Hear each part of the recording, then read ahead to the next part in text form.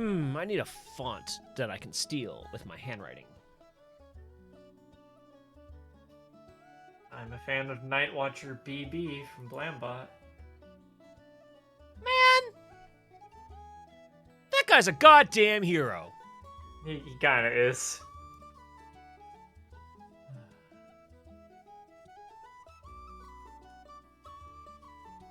What's his name? I thought his name was just Blambot. It might fucking be. Bartholomew Blambot.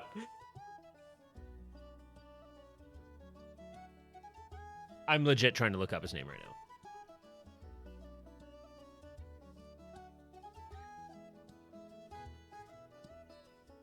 Nate Piekos. That doesn't sound like Blambot at all. It doesn't sound like Blambot at all, but let's face it, he's a goddamn miracle. He's fucking Magic Man. I was about to say, hey, I got this comic done, and then I realized I hadn't put any of the dialogue in. Oops. Ah, well. No time. What better time than now? What better place than here? What better time than now?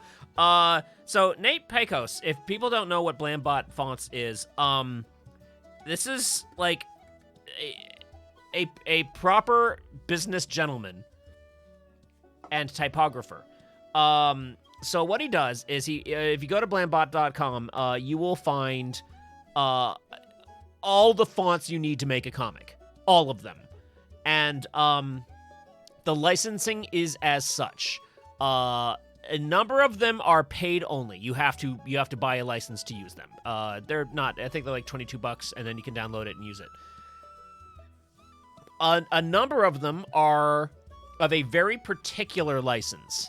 And the license basically says, if you are using this font to make an independent comic, you may use it for free. You can't use all of his fonts for free. And if you use them for something, use the free ones for anything other than a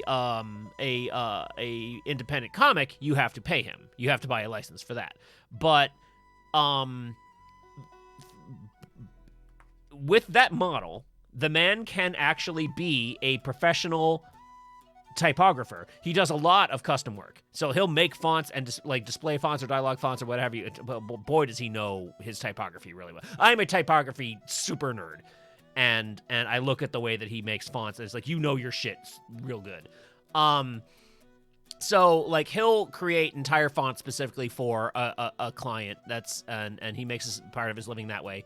But like, yeah, with his licensing system, he's got a few of them just straight on Adobe. And so Adobe, he's got to, Kyle, to like diversify your income. He's getting it from a bunch of different sources. But yeah, with that particular model, that means, he can just constantly support the indie comic scene. Just constantly. Like, are you getting your indie comic together and you just need a font? Here is a really robust list of free fonts that you're allowed to use.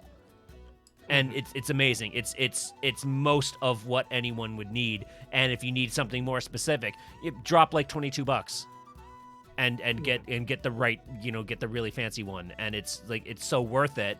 And that's not a bad price. That's a really, really reasonable price. That's very reasonable for licensing, right? I think I'm not sure if that's exactly what it costs. That's what it might be $32. I don't know what his price is right now. That's what I remember paying for one a while back. I mean, like, if it's under 3 digits, it's a very reasonable price. Fucking right. He's a goddamn hero. Let's see. Okay, all right. A premium font license is now $40.